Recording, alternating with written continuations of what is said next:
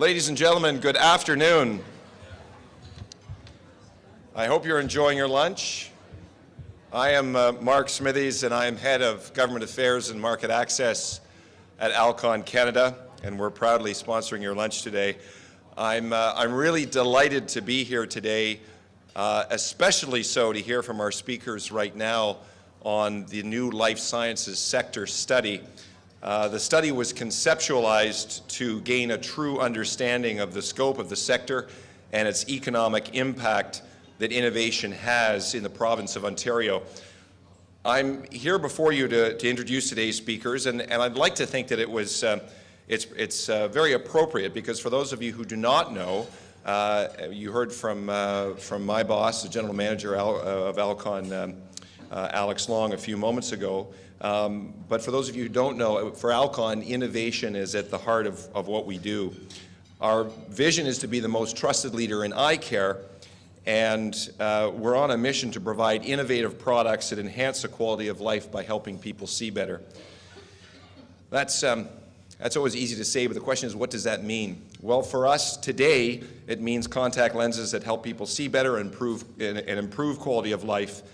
Today it means, as you heard from Alex, medicines for glaucoma, the leading cause of blindness, and medicines for rarer diseases like vitreomacular adhesion. Today it means intraocular lenses and a state-of-the-art surgical suite that has taken cataract surgery from an hour-long surgery with a one-week stay in hospital to a 10-minute outpatient procedure where the patient actually drives themselves home, often without the need for glasses that they've relied upon their entire lives. Tomorrow, it means contact lenses that measure blood glucose levels and communicate those real-time to a patient's smartphone. For patients with diabetes, this will be life-changing. Tomorrow, it also means cures for blindness in areas like wet and dry age-related macular degeneration. It means innovation. And so, like many of you, I'm keenly interested to hear the results of this study. So let me introduce those who will be telling us about the results. We have Dr. Jason Field, President and CEO of Life Sciences Ontario, the industry voice for life sciences sector in Ontario. Many of you know him, and he's been introduced before, but I would say that when Maurice Bertrand talked about connecting science and policy and politics, this is the guy. He's got a PhD in chemistry from the University of Massachusetts. He was a research scientist. In 2007, he joined the Ministry of Economic Development and Trade, where he led a team of senior advisors dedicated to growing Ontario's life sciences sector. He was integral in the development of a number of strategic policy initiatives which brought major investments to Ontario. And then he joined LSO as Executive Director in 2011, and he did such a damn good job that we on the board promoted him to President and CEO. So that's Dr. Jason Field. We also have Slavi Damendiev, who is from KPMG, and he is an economics practice leader, senior manager and economics practice leader in KPMG's advisory practice, over 10 years experience in strategy, economic analysis, business transformation, intelligence, and analytics. He has provided advisory services to a wide range of private and public sector clients, crown corporations, industry associations, and social purpose organizations. He has a master's degree in economics from the University of British Columbia. This guy was awarded the Governor General's Medal for the highest academic standing in a bachelor program in Canada. Holy cow. I'm thinking of my own transcript from a few years ago, and that's very impressive. He was an expert witness in the economic analysis for the for the CRTC, and also received the KPMG Growth Award for Professional and Business Development in 2014. So we really have a couple of very bright people to take us through the study today. So with that, please take it away.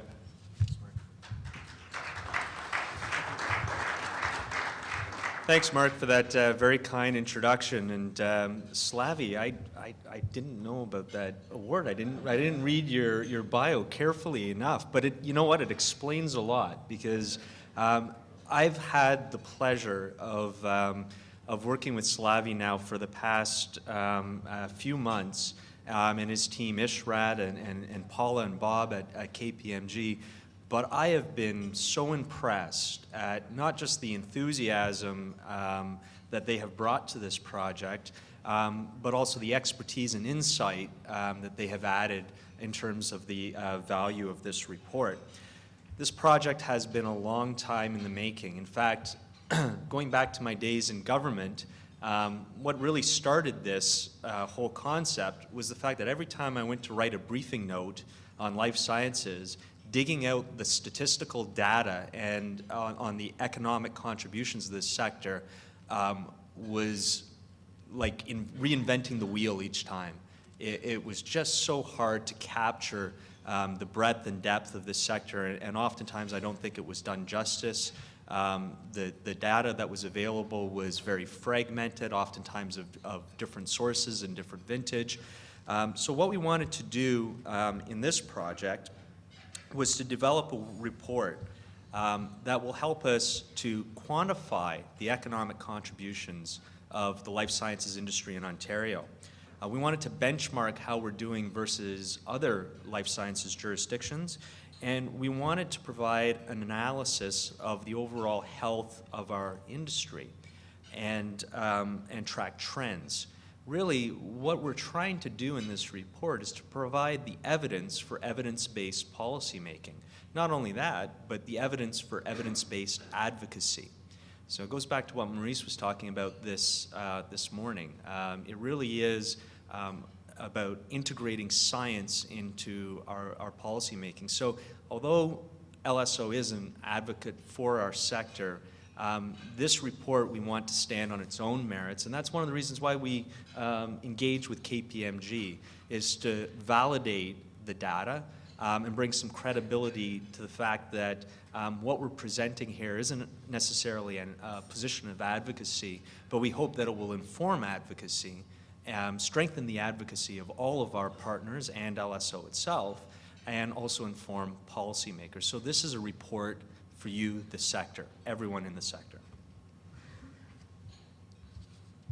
And just a point of note in terms of the publication, right now we've completed the research and the data, and Slavi in a minute is going to dig down in some of the details on this. We're aiming to publish the report in January, so look for it then. This is a brief snapshot overview of some of the findings in terms of just some of the high-level areas, and I want to share with you where the data and methodology is coming from. So we looked around at various reports that were available both around Ontario and Canada as well as throughout North America, and one that we kept coming back to was the Battelle Bio study. Bio, as you all know, is the largest biotech industry association globally. They issue a report every 2 years that covers every state in the US. It uses North American industry classification codes, NAICS codes. NAICS codes are tremendously difficult to segment various industries. They're pretty good in the pharma space. They're pretty good in the med tech space. Research and testing medical laboratories, which is another segment, so-so. Agri-food technologies, terrible. And not to say the sector's terrible, but NAICS codes in defining the component of agricultural feedstocks and chemicals in the agricultural biotech sector are particularly difficult to extract information from. So I think what this represents in terms of the analysis of the overall life sciences picture is probably a minimum. This is at best an underestimation, and it's still pretty impressive. I'm just going to go over a few of our highlighted strengths and challenges in terms of our findings. We are internationally significant. When you look at our industry in terms of the number of establishments and number of jobs, number of establishments, we're somewhere in the top 3 in North America by establishments. Number of jobs, probably around top 10. Slavi's going to point to that. It actually is a good description of the demographics within our sector. We are dominated by small establishments.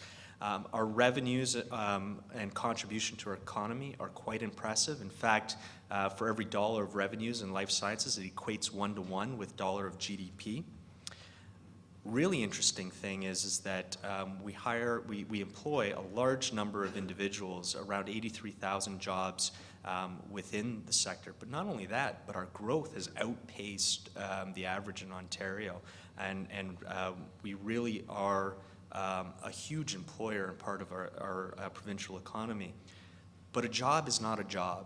And this is something when I was in government, I tried to explain to people, because oftentimes I think, and going back to Maurice's comments this morning, a lot of policy announcements are driven around numbers and high impact numbers of capital investment and number of jobs. But when we looked at the average salaries in the life sciences, we were 26.5% higher on average than the average salaries in Ontario. We are high-paying, high-quality jobs. But there does exist some challenges. We do have a relatively shallow investment pool. This comes back to the access of capital issue that we often hear about, and so we have some data that can speak to that. Yeah, I see it flashing on and off here, so. Probably the connection here. It's just when you're hitting them, just be very quiet. I'll try not to speak with my hands too much. One of the things we heard earlier on from one of our panelists was around R&D investment, and I believe it was Alex that was talking about this at Alcon, and how he sees the strength of our sciences in Ontario. And it's something that it could be a little counterintuitive to some, because Ontario, I think, does pretty well. And we've seen that the stats in terms of R&D expenditure are pretty good when you look across Canada and against other provinces. But when you pan back and take a look at the international view, we're lagging. We're lagging the OECD average in R&D as an expenditure of a percentage of GDP. Labor force transition is another important one. We talk about youth unemployment, but we need to dig down a little bit more into what that means. And we looked at some data that told a very interesting story. You know, unemployment in the sciences overall isn't that bad. Where it's focused, though, is on our very new graduates. The unemployment rate is 18.9% for a new science graduate. That's what they're facing. It very quickly drops down once they get a couple years experience outside of their degree. But that initial transition speaks to an issue. One of the earlier panelists talked about apprenticeship programs, and I could point to jurisdictions like Germany, which have embraced apprenticeship and internship programs, and to great success. So I think that's something that we could look at there. And then I talked about the number of small firms that we have represented in Ontario. So 63% of our establishments have less than 10 employees, only 4% have more than 100. That paints a very interesting picture in terms of our need to grow our homegrown companies. And again, we heard that today, but the numbers certainly support that. So with that overview, I'm going to hand it off to Slavi to walk you through some of the very specific data, and then I'll wrap up. Thanks very much, Jason, and good afternoon, everybody. We've come to the quantitative portion of the presentation, which will only last 15 minutes, I promise. And I'll try to make it as fun as it could be. But a good place to start, I think, is looking at some of the analysis and data that we're basing the conclusions Jason presented on. And a great place to start is the context of Ontario within North America. Now, we've done a lot of work in sizing the industry in Ontario in terms of revenues and GDP and employment. Unfortunately, we don't have a whole lot of comparative data across North America, and so our best data is looking at employment and number of establishments. And so by either of those metrics, I've got employment here on screen. Ontario sits quite comfortably within the top 10 US life sciences clusters, which is a pretty significant result. We have allowed for some margin of error here because of differences in definition, but even with that, you can see how favorable the comparison is. And we have similar results for establishments in the report as well. Looking at Ontario itself, our estimate for the industry revenues is around $40 billion. This is most certainly an underestimate because firstly, the data is 2009 in terms of age, and it's my belief that revenues have picked up since then. Secondly, we have had to conservatively estimate some of the portions of that revenue figure because of suppression of data for confidentiality reasons and lack of data at the statistics level. 60% of the revenues do come from the drugs and pharmaceutical subsector. And we've got detailed analysis of each subsector in the final report, which will be coming out in January. Okay? But 40 billion is a very significant figure in terms of overall size. Now, when we talk about economic contribution, economists often prefer to look at GDP, the gross domestic product metric, as opposed to revenues. And the reason for that is that the revenue numbers not often, they always factor in the value of imports from other jurisdictions, right? So as life sciences companies consume products or services that come from abroad or from other provinces in Canada, the value of those products and services end up being factored into the final price, and so they become part of revenues. And that's sort of, it's not a true reflection of the value added that occurs within Ontario. So the GDP metric actually corrects for that. It also corrects for a more subtle difference whereby it accounts for the transactions within the industry itself. So as one Ontario company sells products and services to another within the life sciences supply chain, if you look at revenues, the value of those services and products gets double counted. So in the GDP figures, that is actually rectified. And so looking at the value added itself, it's about $21.5 billion as of 2009. And again, that's likely grown since then. What I have here on screen is a comparison to the other industries in Ontario, or the major ones anyhow. And life sciences is among the top 10 industries in Ontario, which is a great result in terms of value added. Too often folks look at life sciences as a cost driver in terms of investment of in some cases public funds in R&D, et cetera. But what we're seeing looking at this chart itself is just how much value it contributes to the economy of the province. One way of looking at this is if you were to add up the traditional primary resource industries like mining, oil and gas, forestry, et cetera, the combined value of those industries is actually less than the value added of life sciences. So certainly a very significant observation there. How does the industry contribute to jobs in the province? The results here were extremely positive. As Jason mentioned, there's approximately 83,000 individuals employed in the life sciences sector. Employment has been growing steadily. It's up 25% over the last 12 years, and that's significantly outpacing growth in other industries. As a matter of fact, the average in Ontario as a whole has been about 15%.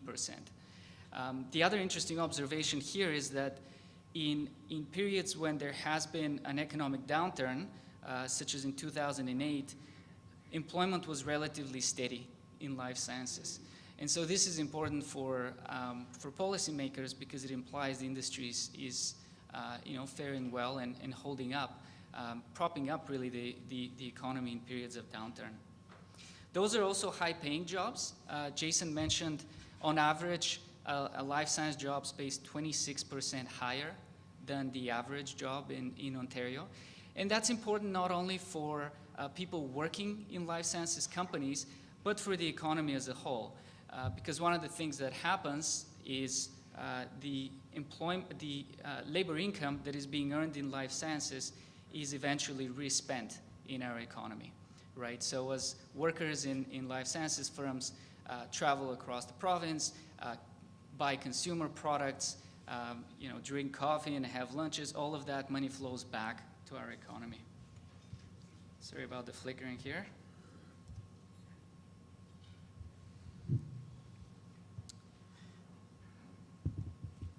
Can you help me out with the equipment? That has to be tight. How many PhDs does it take to fix a display? Come on, somebody. Obviously, there's not enough.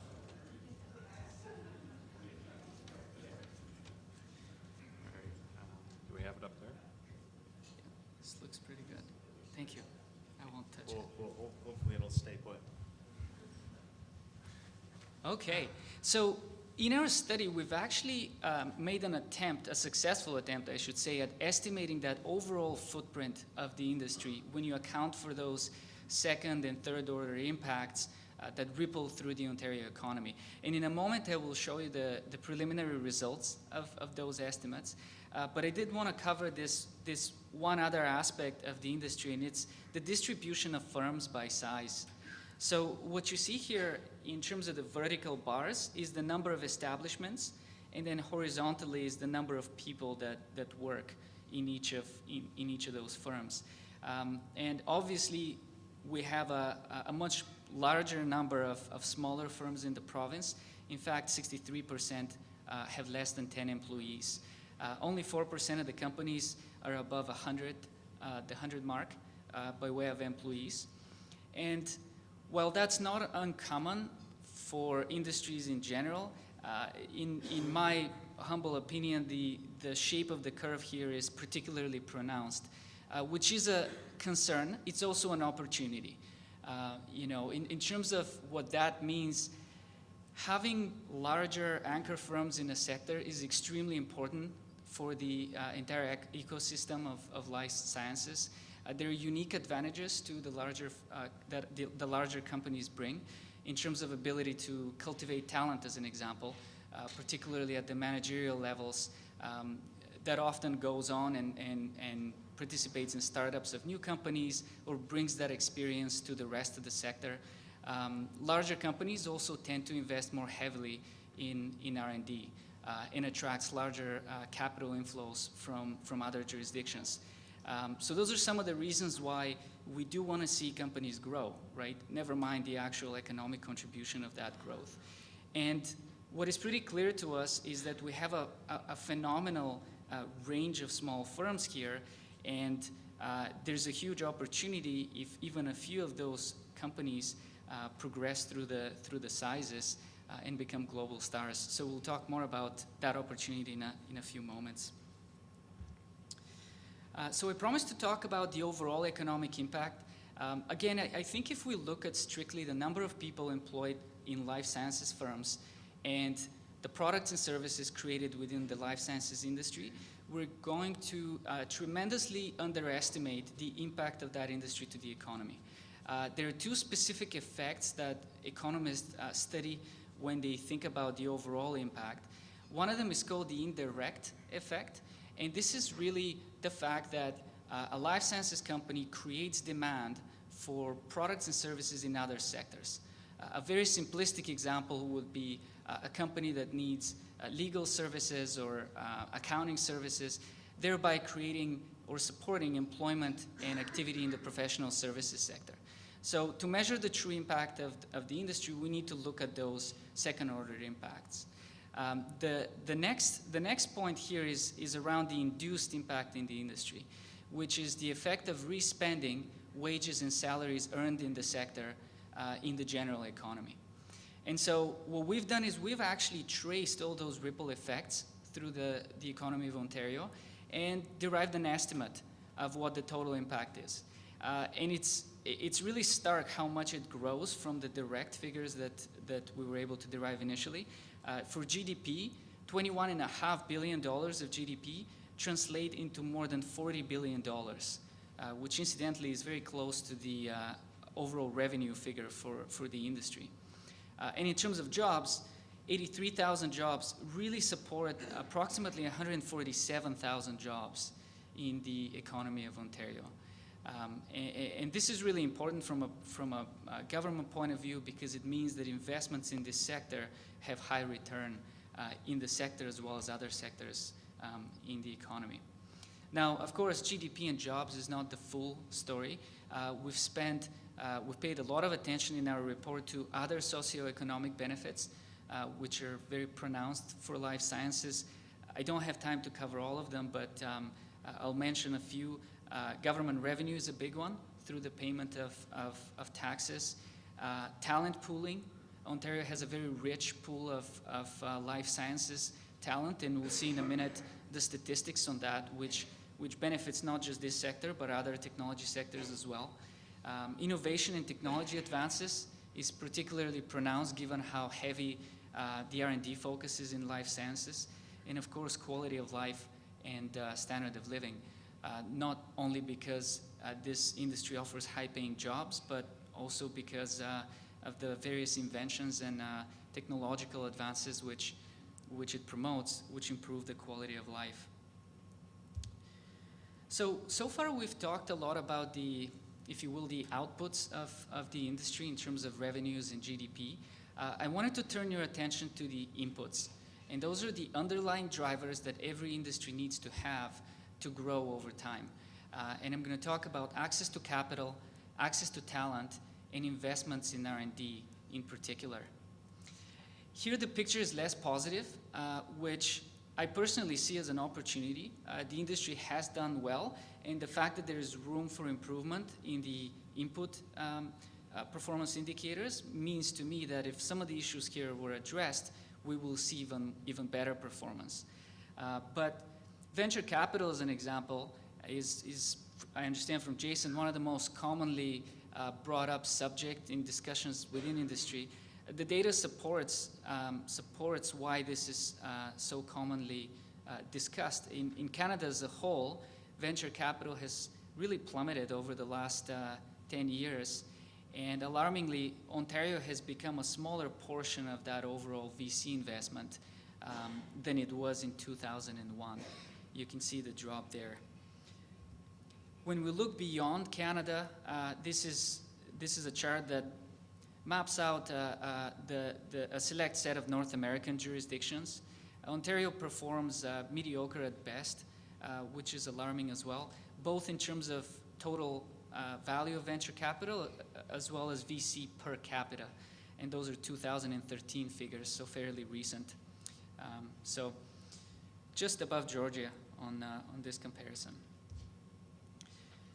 In terms of equity raised on the exchanges, life sciences happens to be the smallest sector of all the different sectors that participate on the exchanges, on the TSX and TSXV. It's about 900 million in terms of equity capital raised.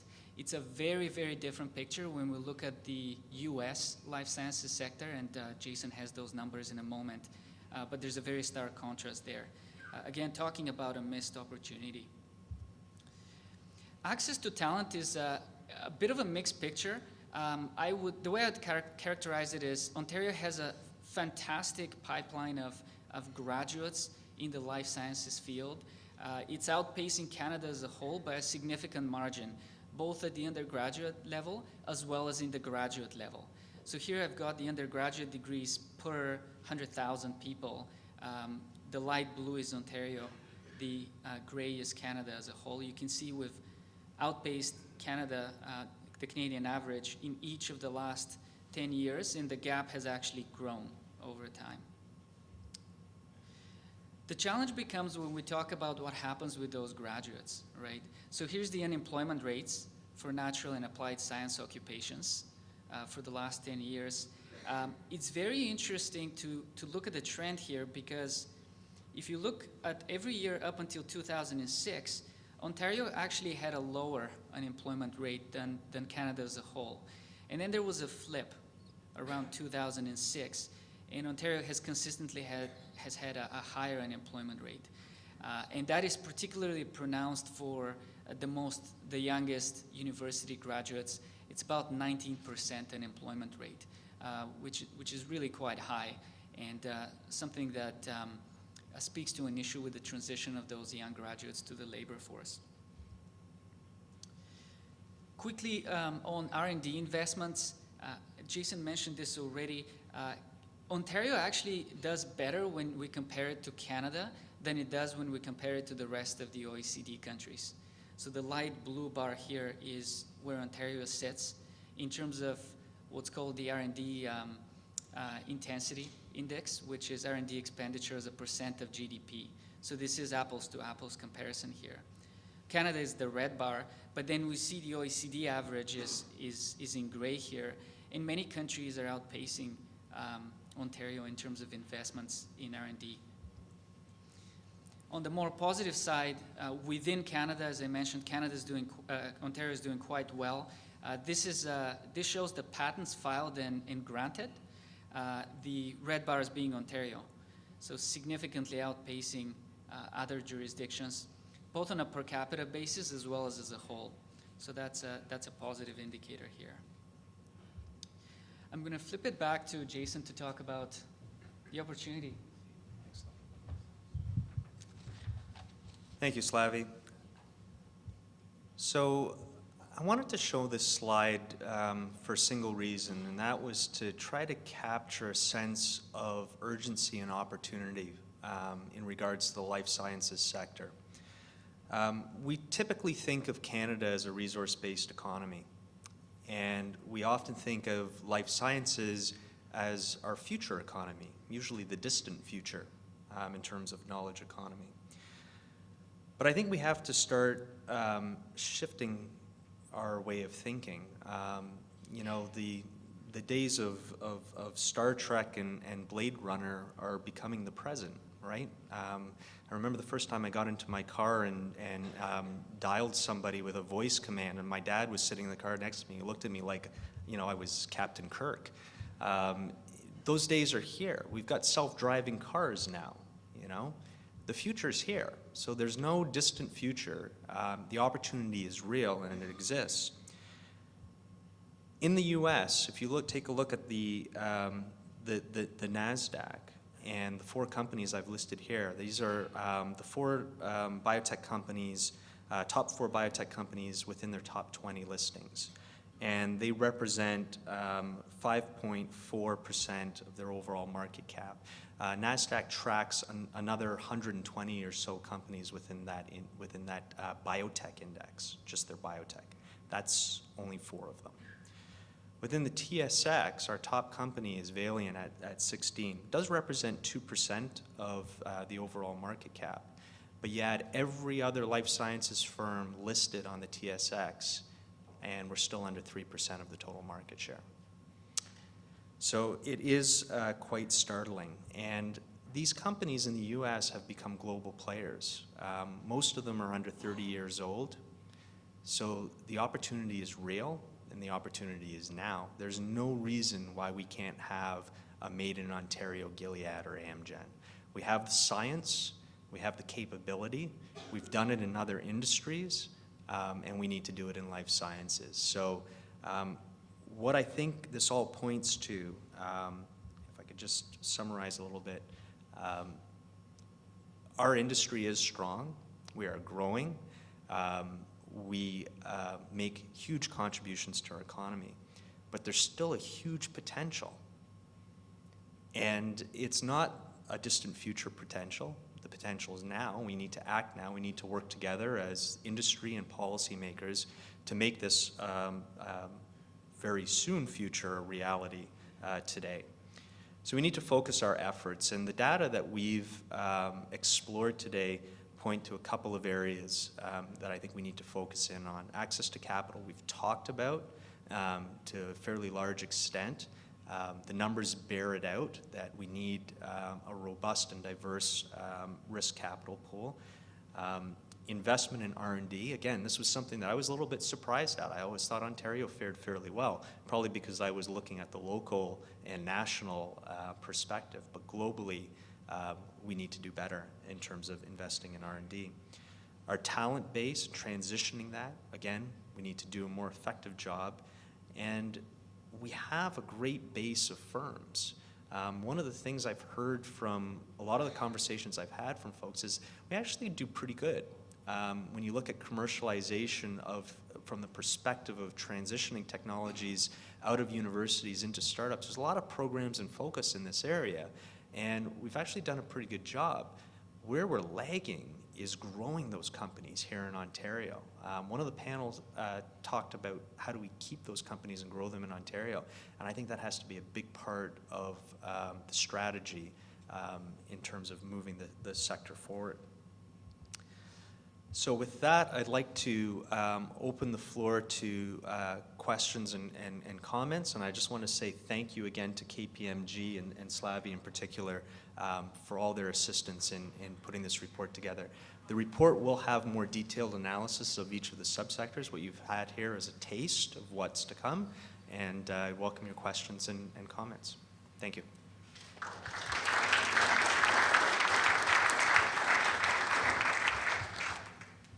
Excellent report, thank you. I have two questions. First, having to do with your scope and your definition. You did not include the manufacturing of food, but you did include the manufacturing of drugs. Why would that be? Did you consider it and take it out? And then the second question is the return on venture capital investment is low in Ontario. Did you look at what jurisdiction, what area has the highest return on venture capital investment? What are the characteristics of that market, and can we bring those characteristics here? Thank you, Carol. Those are terrific questions. So I think I stated up front that the definition was weak, particularly in the agriculture and food processing space. It is something that LSO, as we're engaged in the sector, we look to partner with those organizations. What we were limited by was the methodology of Battelle Bio. We were limited by that methodology if we wanted to benchmark accurately against the U.S. jurisdictions. So that was the constraint in the methodology and the NAICS code. The other challenge is that the NAICS codes are only harmonized to a certain level, and once you start digging down into the specific segments, we actually had to adapt some of the methodology to Ontario from the U.S. NAICS codes. And we tried to do that as close to apples as we can.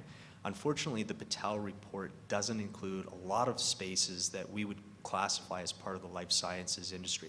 Great example is my favorite example of the food space, which is wineries and distilleries and breweries.